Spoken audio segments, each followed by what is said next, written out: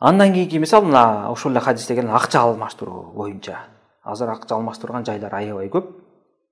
Банк болобу же жөнөкөй жеке акча алмаштырган жайлар көп да. Ошол акча азыр биз колдонуп аткан акча бул алтын күмүштүн өкүмүн алат. Бул мында дагы жанагындай шариатка каршы келген нерселер көп кездешет да. Мисалы, бир адам доллар алмаштырайын деп барды. Биринчи мисалын айталы, мисалы эски доллар бар да, андачы. Жылы эски, же болбосо кичине эскирип калган да. Анан ушуну жаңы доллар кылып алайын деп барса, мисалы 100 доллар көтөрүп барса, тиги немелер айтат да, акча алмаштырган жайда. Сен долларың эскирек экен, мен муну сага 100 доллар бербейм, мисалы 95 доллар эле берем сага дейт да. Ана о макул деп алмаштырып кетип калат ал. Сүткор калды.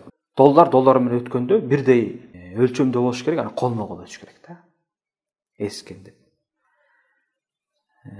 Же болбосо дагы эле ошого мисал, доллар менен долларды алмаштырып атат. Доллар менен доллар алмаштырды. Бирок неме кылды да, азыр албайм, анан берем. Алам бересин деп кетип калды. Же болбосо доллар алмаштырып аткан адам азыр жанымда жок болот, кийин келбейсиңби, тигини таштап кое бер, мен кийин башка берем дейт да. Мисалы доллар менен доллар алмаштырган учурлар болуп калат, мисалы жылына акчанын сапатына жараша алмаштырып калат да. Ошондой учурлар кездешет да. Же болбосо сом менен доллар алмаштырылып аткан учурда. Мисалы бирөө доллар сатып алайын деп барды, акча алмаштыруу жайына. Барып сатып алайын десе, тиги сатуучу адам айтты, азыр доллар жок болуп атат, анан эле келбейсиң. Аны мейли, бул акчаны сенде туруп турсун, мен ала бер, анан кийин алам деп кетип калат. Мына бул сүткорлук атат. Анткени ошол айтып атпаймынбы? Эгерде доллар менен сомду алмаштырып калса адам баласы, колмо-кол алмаш. Бирок баягы баалар бирдей болуш шарт эмес. Мисалы азыр доллардын баасы 82 болуп атса, 82 сомго 1 доллар сатып алат, бирок ошол учурда, ошол моментте сатып алыш керек да. Колуна алып кетиш керек. Эгерде ал колуна албай кетсе, анда сүткор болуп калат да. Мына көрдүңүздөр, мына ушундай туура эмес жолдорго адамдар эмне илимсиздиктин айынан барып атышат да. Билбегендиктен ушундай нерселерди кылып коюп атышат. Анткени алар өздөрүн ушундай жахилдикке түртүп, шарияттан жүз бурушуп, илим албагандыктан. Муну жөнөкөй нерсе катары сезишет дагы, айтсаң ушундайбы деп коет да.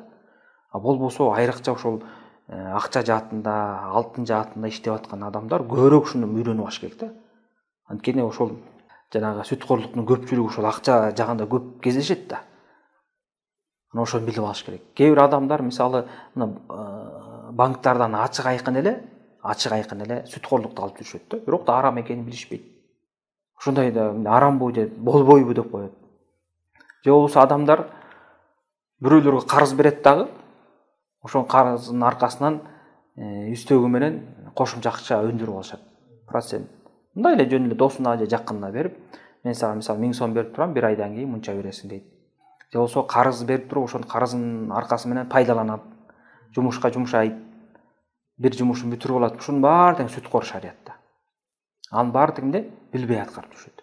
Мына көрүңүздөр, мына ушул жерде мына илимдин баалуулугу байкалып атат да. Ушул жерден илимдин артыкчылыгын билип атабыз.